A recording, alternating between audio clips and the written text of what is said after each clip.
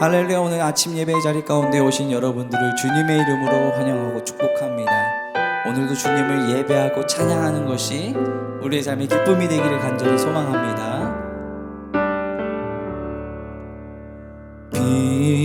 빛으로 임하신 주, 나의 어두움 비추시네. 내 안의 연약함 모두 씻어주시고 나를 귀히 여기사 안으시네. 내 삶에 임하신 주, 모든 두려움 덮으시네. 주 나의 모든 것 주님만 의지하리. 눈을 들어 주님만 바라보리. 주님을 예배하는 것, 주님을 기뻐하는 것, 나의 맘과 뜻 다해 주님 더 알기 원하네. 주님을 사랑하는 것, 주님을 갈망하는 것, 나의 유일한 소망이라. 내 삶에 임하신 주, 내 삶에 임하신 주, 모든 두려움 덮으시네. 주 나의 모든 것 주님만 의지하리. 눈을 들어 주님만 바라보리. 주님을 예배하는 것, 주님을 기뻐하는 것, 나의 맘과 뜻 다해 주님 더 알기 원하네. 주님을 사랑하는 것, 주님을 갈망하는 것, 나의 유일한 소망이라. 주님을 예배하는 것, 주님을 기뻐하는 것, 나의 맘과 뜻 다해 주님 더 알기 원하네. 주님을 사랑하는 것, 주님을 갈망하는 것, 나의 유일한 소망이라.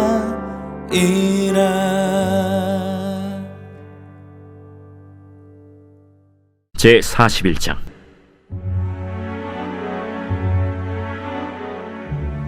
만 2년 후에 바로가 꿈을 꾼즉 자기가 나일 강가에 서 있는데 보니 아름답고 살진 7 암소가 강가에서 올라와 갈밭에서 뜯어먹고, 그 뒤에 또 흉하고 파리한 다른 7 암소가 나일 강가에서 올라와 그 소와 함께 나일 강가에 서 있더니, 그 흉하고 파리한 소가 그 아름답고 살진 7 소를 먹은지라. 바로가 곧 깨었다가 다시 잠이 들어 꿈을 꾸니 한 줄기에 무성하고 충실한 7 이삭이 나오고, 그 후에 또 가늘고 동풍에 마른 7 이삭이 나오더니, 그 가는 7 이삭이 무성하고 충실한 7 이삭을 삼킨지라. 바로가 깬즉 꿈이라. 아침에 그의 마음이 번민하여 사람을 보내어 애굽의 점술가와 현인들을 모두 불러 그들에게 그의 꿈을 말하였으나 그것을 바로에게 해석하는 자가 없었더라. 술 맡은 관원장이 바로에게 말하여 이르되, 내가 오늘 내 죄를 기억하나이다. 바로께서 종들에게 놓아사 나와 떡 굽는 관원장을 친위대장의 집에 가두셨을 때 나와 그가 하룻밤에 꿈을 꾼즉 각기 뜻이 있는 꿈이라. 그곳에 친위대장의 종된 히브리 청년이 우리와 함께 있기로 우리가 그에게 말하매 그가 우리의 꿈을 풀되 그 꿈대로 각 사람에게 해석하다니, 그 해석한 대로 되어 나는 복직되고 그는 매달렸나이다. 이에 바로가 사람을 보내어 요셉을 부르매 그들이 급히 그를 옥에서 내놓은지라. 요셉이 곧 수염을 깎고 그의 옷을 갈아입고 바로에게 들어가니 바로가 요셉에게 이르되 내가 한 꿈을 꾸었으나 그것을 해석하는 자가 없더니 들은즉 너는 꿈을 들으면 능히 푼다 하더라. 요셉이 바로에게 대답하여 이르되 내가 아니라 하나님께서 바로에게 편안한 대답을 하시리이다. 내가 꿈에 나일 강가에 서서 보니 살지고 아름다운 7 암소가 나일 강가에 올라와 갈밭에서 뜯어먹고 그 뒤에 또 약하고 심히 흉하고 파리한 7 암소가 올라오니 그같이 흉한 것들은 애굽 땅에서 내가 아직 보지 못한 것이라. 그 파리하고 흉한 소가 처음에 7 살진 소를 먹었으나 먹은 듯 하지 아니하고 여전히 흉하더라. 내가 곧 깨었다가 다시 꿈에 보니 한 줄기에 무성하고 충실한 7 이삭이 나오고 그 후에 또 가늘고 동풍에 마른 7 이삭이 나더니 그 가는 이삭이 좋은 7 이삭을 삼키더라. 내가 그 꿈을 점술가에게 말하였으나 그것을 내게 풀이해주는 자가 없느니라. 요셉이 바로에게 아뢰되 바로의 꿈은 하나라. 하나님이 그가 하실 일을 바로에게 보이심이니이다. 7 좋은 암소는 7회요 7 좋은 이삭도 7회니 그 꿈은 하나라. 그 후에 올라온 파리하고 흉한 7소는 7년이요 동풍에 말라 속이 빈 7 이삭도 7회 흉년이니 내가 바로에게 이르기를 하나님이 그가 하실 일을 바로에게 보이신다 함이 이것이라. 온 애굽 땅에 7회 큰 풍년이 있겠고 후에 7회 흉년이 들므로 애굽 땅에 있던 풍년을 다 잊어버리게 되고 이 땅이 그 기근으로 망하리니 후에 든 그 흉년이 너무 심함으로 이전 풍년을 이 땅에서 기억하지 못하게 되리이다. 바로께서 꿈을 2번 겹쳐 꾸신 것은 하나님이 이 일을 정하셨음이라. 하나님이 속히 행하시리니 이제 바로께서는 명철하고 지혜 있는 사람을 택하여 애굽 땅을 다스리게 하시고 바로께서는 또 이같이 행하사 나라 안에 감독관들을 두어 그 7회 풍년에 애굽 땅의 5분의 1을 거두되 그들로 장차 올 풍년의 모든 곡물을 거두고 그 곡물을 바로의 손에 돌려 양식을 위하여 각 성읍에 쌓아두게 하소서. 이와 같이 그 곡물을 이 땅에 저장하여 애굽 땅에 임할 7회 흉년에 대비하시면 땅이 이 흉년으로 말미암아 망하지 아니하리이다. 바로와 그의 모든 신하가 이 일을 좋게 여긴지라. 바로가 그의 신하들에게 이르되 이와 같이 하나님의 영에 감동된 사람을 우리가 어찌 찾을 수 있으리요? 하나님이 이 모든 것을 내게 보이셨으니 너와 같이 명철하고 지혜 있는 자가 없도다. 너는 내 집을 다스리라. 내 백성이 다 내 명령에 복종하리니 내가 너보다 높은 것은 내 왕자뿐이니라. 내가 너를 애굽 온 땅의 총리가 되게 하노라. 하고 자기의 인장 반지를 빼어 요셉의 손에 끼우고 그에게 세마포 옷을 입히고 금사슬을 목에 걸고 자기에게 있는 버금 수레에 그를 태우매 무리가 그의 앞에서 소리 지르기를 엎드리라! 바로가 그에게 애굽 전국을 총리로 다스리게 하였더라. 나는 바로라.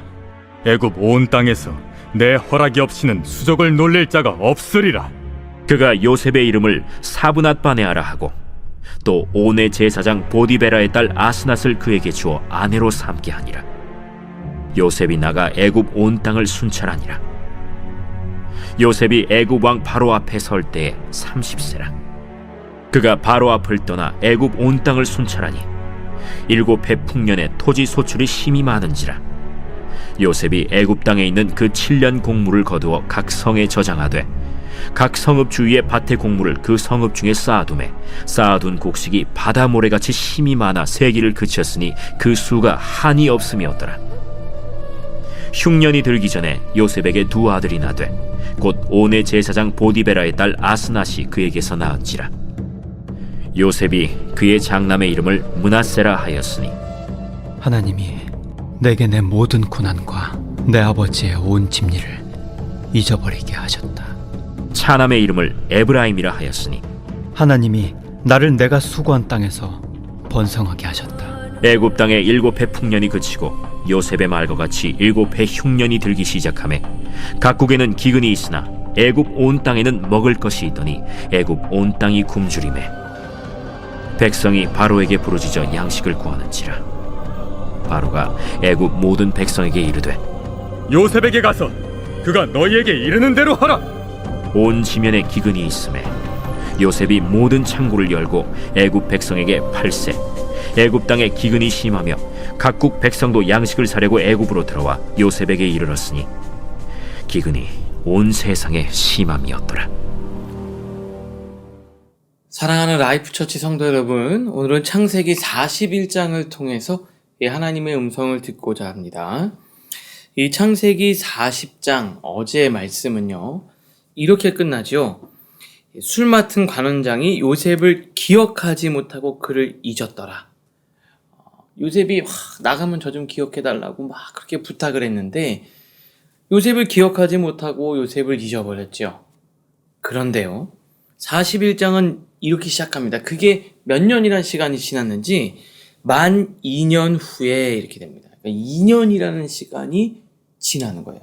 그런데 2년이 후에 아주 드라마틱하게 이 요셉이 하나님의 역사의 무대에 오르게 되는 상황이 이렇게 만들어집니다.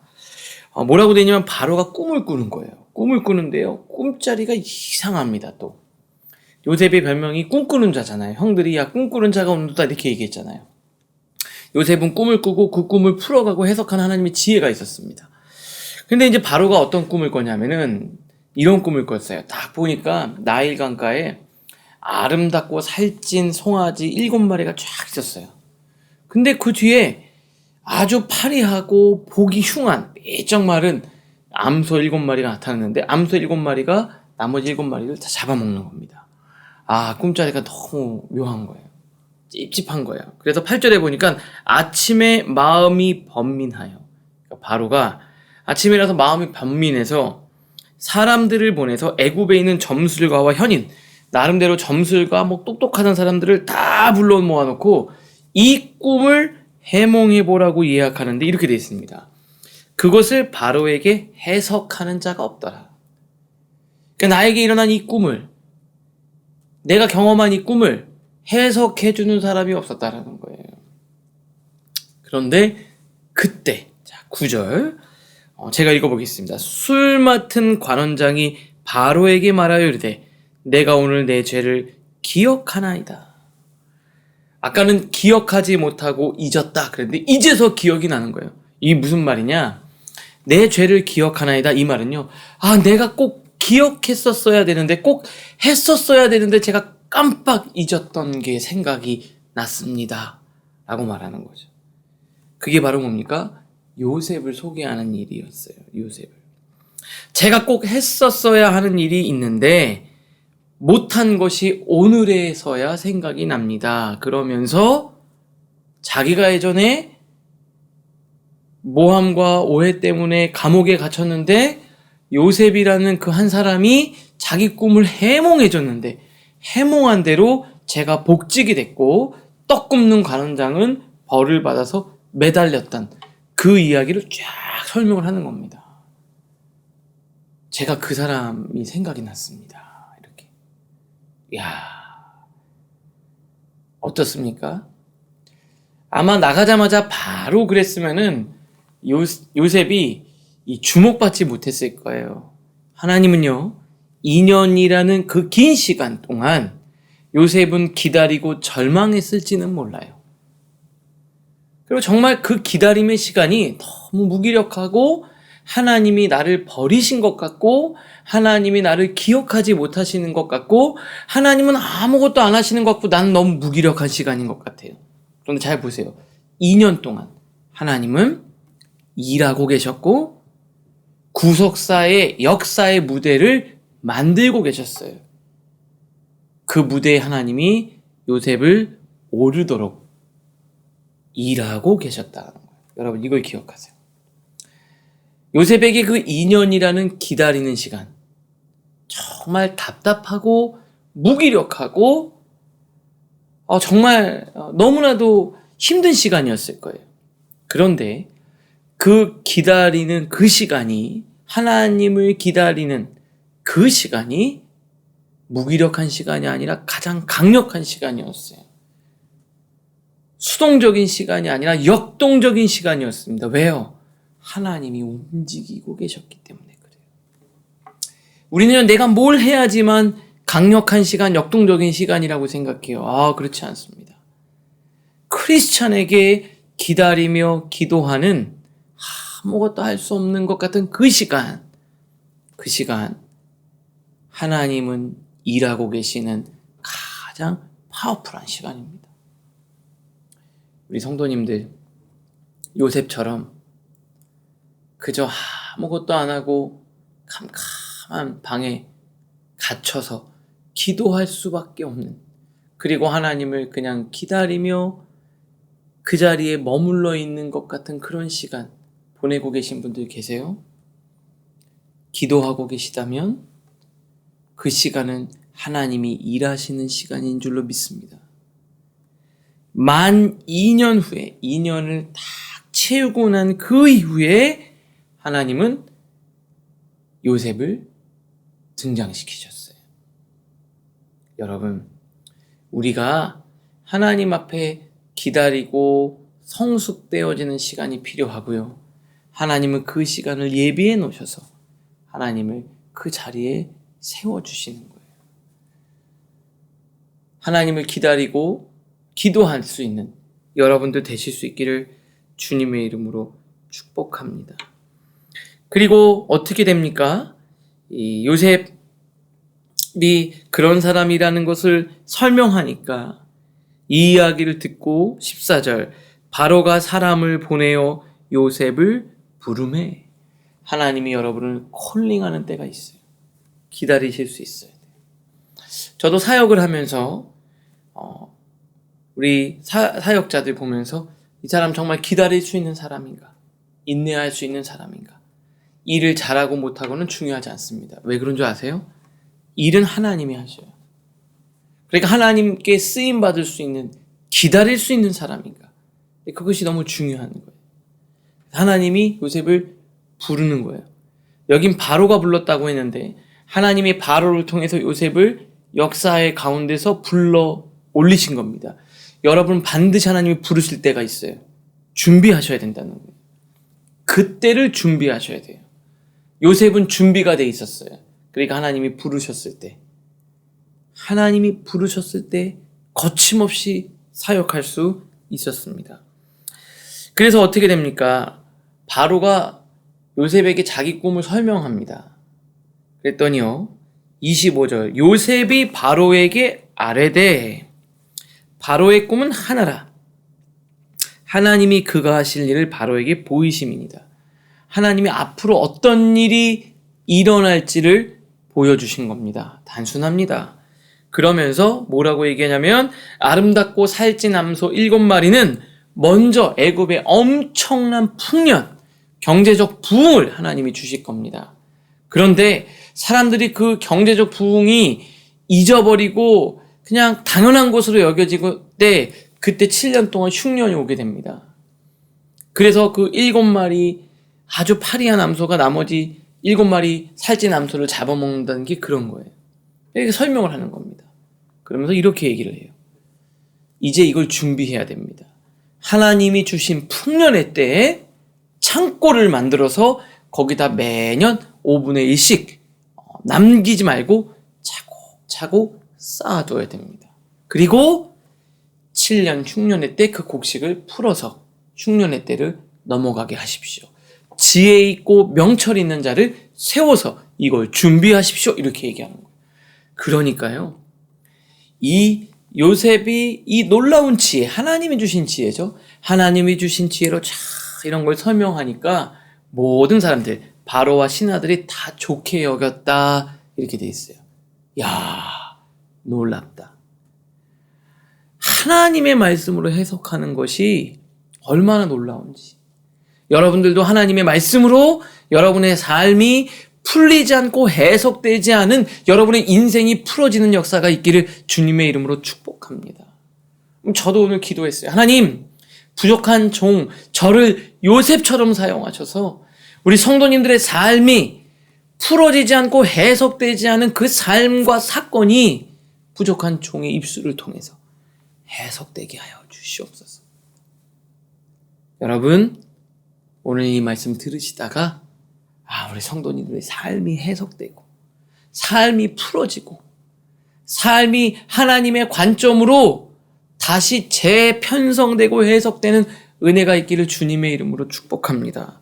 그러니까 얼마나 이 바로하고 바로의 신하들이 다 좋게 여긴 거예요.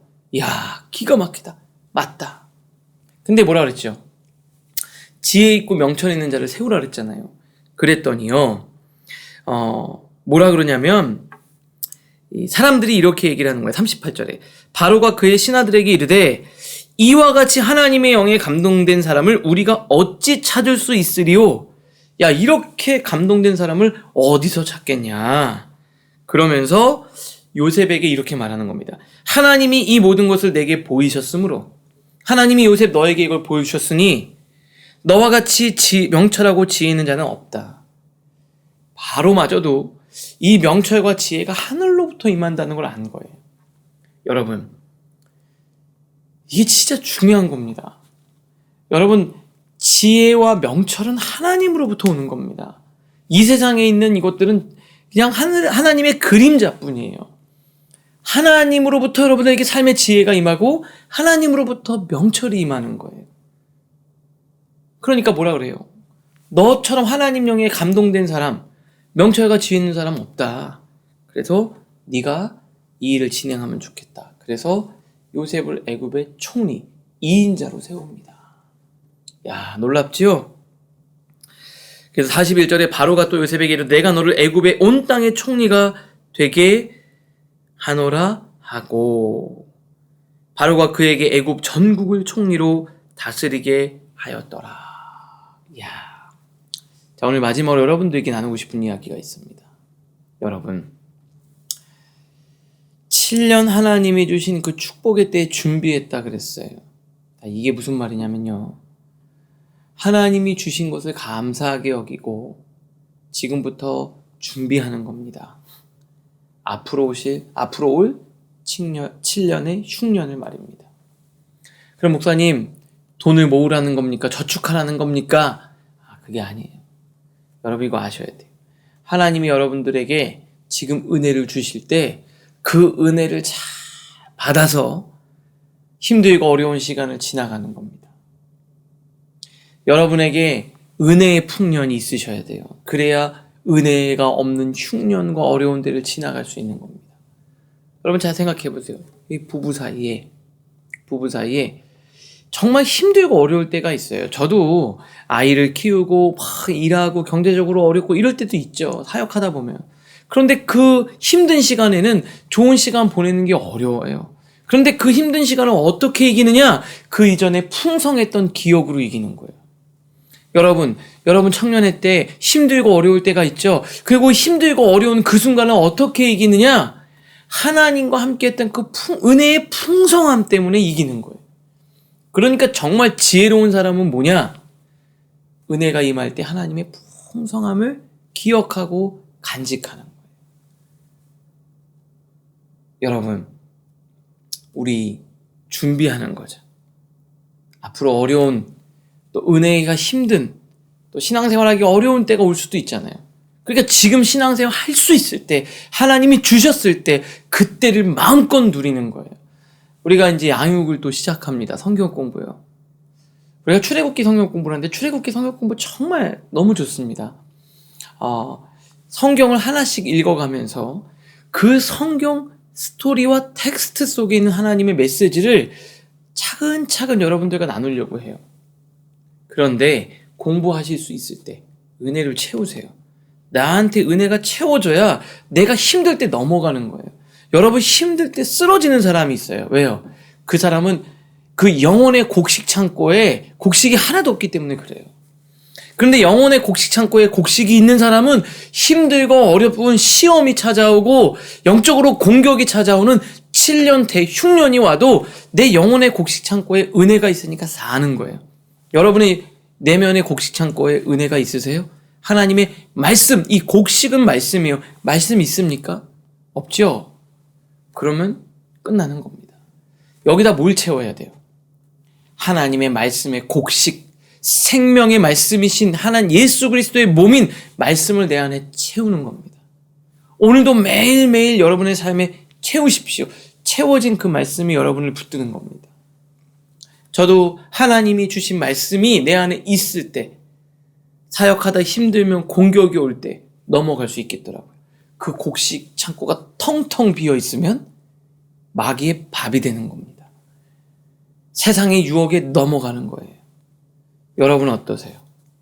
곡식 창고에 하나님의 은혜가 채워져 있습니까? 아니면 비어 있습니까? 신방하면서 막 열심히 공부하는 조금 막 있는 친구한테 제가 성경 공부해라 이렇게 얘기했더니 목사님 제가 11월에 이후에 할게요. 지금까지도 막 힘들고 그리고 은혜도 받고 채워진 게 없는데 제가 그랬어요. 너 지금까지 하던 대로 하면 올해 바뀔까 안 바뀔까? 자기가 그러더라고요. 안 바뀔 것 같다. 왜요? 지금까지 이렇게 와서 이 결과가 된 거예요. 지금 이 흐름을 바꾸려면, 내 인생의 흐름을 바꾸려면 무언가 변화가 있어야 되잖아요. 지금 하던 대로 신앙생활 하면 요 결과였던 거예요. 그런데 어떻게 해요? 하나님의 은혜를 채워야지만 변화할 수 있거든요. 그래서 제가 그랬어요. 공부하자. 하나님 앞에 더 나가자. 그게 바로 7년 동안 곡식 창고에 곡식을 채우는 겁니다. 우리가 이 시대에 영적인 공격이 많죠. 어떻게 이길까요? 내 안에 하나님의 말씀을 채울 때 이길 수 있습니다. 그래서 우리가 하는 일은요, 말씀을 채우는 일입니다.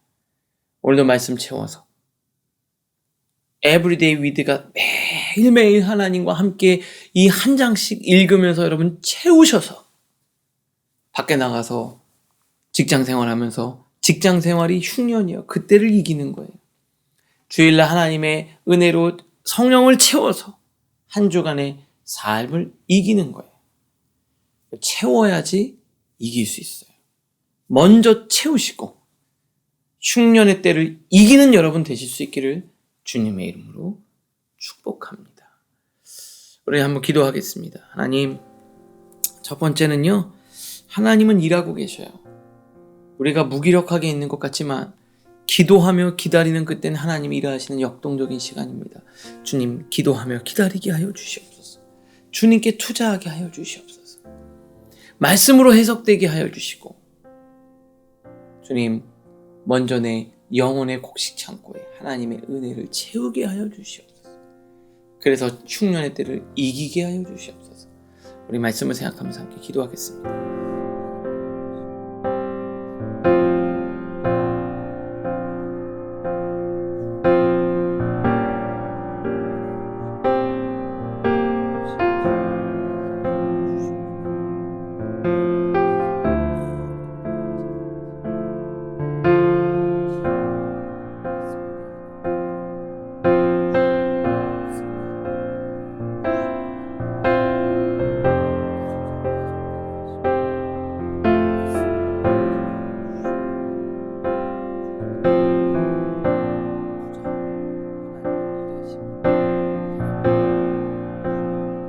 하나님, 감사합니다.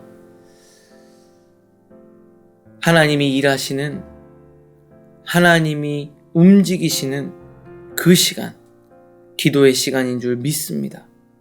기다리며 바라보게 하여 주시옵소서. 하나님 말씀으로 해석되게 하시고 구속사로 나에게 일어난 사건이 풀어지는 은혜가 있게 하여 주시옵소서. 주님, 하나님이 주신 풍년의 때, 은혜의 때, 그것들을 잘 간직하게 하시고 내 영혼의 곡식 창고에 주님의 몸인 생명의 양식인 말씀이 채워져서 흉년의 때, 공격의 때, 악한 때 승리하고 이기게 하여 주시옵소서. 예수님의 이름으로 축복하며 기도합니다. 아멘.